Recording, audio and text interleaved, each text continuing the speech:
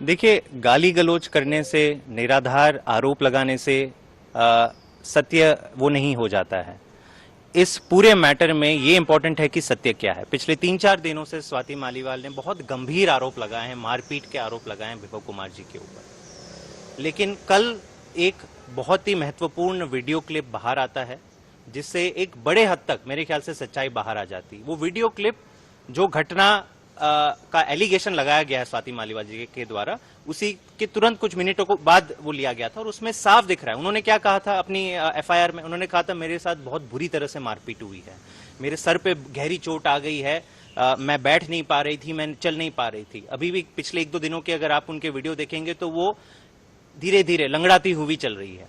लेकिन जो वीडियो घटना के तुरंत बाद लिया जाता है उसमें क्या होता है? उसमें दिखता है स्वाति मालीवाल जी आराम से बैठी हैं सोफा के ऊपर, कोई दिक्कत में नहीं है, कोई पेन पे नहीं है, उल्टा वो अनाप शनाप चीजें बोल रही हैं। और वहां पे दिल्ली पुलिस के जो सुरक्षा कर्मी थे उनको धमकी दे रही हैं कि मैं तुम्हारी नौकरी खा जाऊंगी। अच्छा, उनको कहीं कोई कंप्लेन नहीं करी कि मेरे साथ मारपीट हुई, मेरी कोई सुरक्षा करे, उनको धमका रही हैं।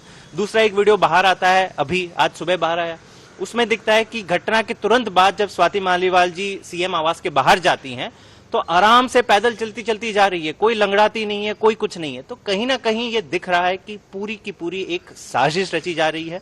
और कल विभव कुमार जी ने अपना ऑफिशियल कंप्लेंट पुलिस थाने में जो दिया है, एसएचओ सिविल लाइंस को दिया है, उसमें जो ट्रू सीक्वेंस ऑफ इवेंट्स हैं उसका जिक्र किया। और उसके बाद मेरे ख्याल से लगता है कि अब पूरी तरह से साफ हुआ है कि हुआ क्या था, क्योंकि लोगों के मन में कि हुआ क्या था।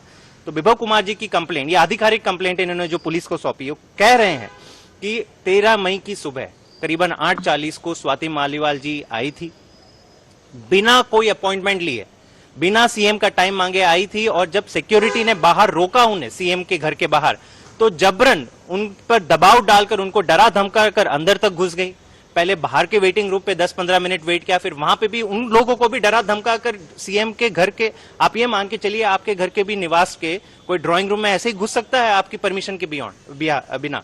तो वो आ जाती है, वहां पे बैठ जाती हैं और जिद करने लगती है कि मैं सीएम से अभी के अभी मिलूंगी।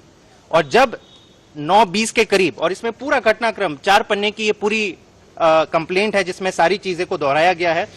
9:22 के करीब जब विभव कुमार जी को पता चलता है कि ऐसी एक सांसद आके यहाँ पे बैठी है और जिद पे अड़ी हुई हैं, तो वो पूछते हैं कि आप यहां से जाइए, आपकी अपॉइंटमेंट नहीं है। तो क्या कहती हैं वो कहती हैं तुम्हारी हिम्मत कैसे हुई एक एमपी को रोकने की, तुम्हारी औकात क्या है? ये लिखा हुआ है, इन्होंने लिखित कंप्लेंट में दिया है। उसके बाद और क्या होता है ये भी इसमें लिखा है कि उसके बाद फिर भी स्वाति मालीवाल जी सुनती नहीं है।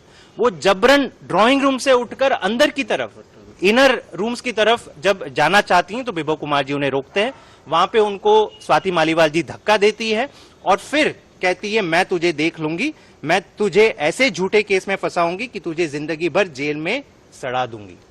ऐसी धमकी भरी बातों का उल्लेख इन्होंने अपनी कंप्लेंट में किया है। और यही रवैया उनका पुलिस, ये केवल विभव जी के साथ बदतमीजी नहीं हुई थी, वहां के दिल्ली पुलिस के ऑफिसर जो वीडियो क्लिप में दिख रहा है कि कह रही कि आप मेरे से बात मत करो, मैं तुम्हारी नौकरी खा जाऊंगी। कोई सदमे में अगर किसी के साथ इतना बुरा व्यवहार हुआ है तो क्या वो ऐसे शब्द बात का इस्तेमाल करेगी? तो कहीं ना कहीं ये साफ है कि कहीं ना कहीं दबाव में, भाजपा के दबाव में स्वाति मालीवाल जी ने ये बहुत ही घटिया हरकत करी है।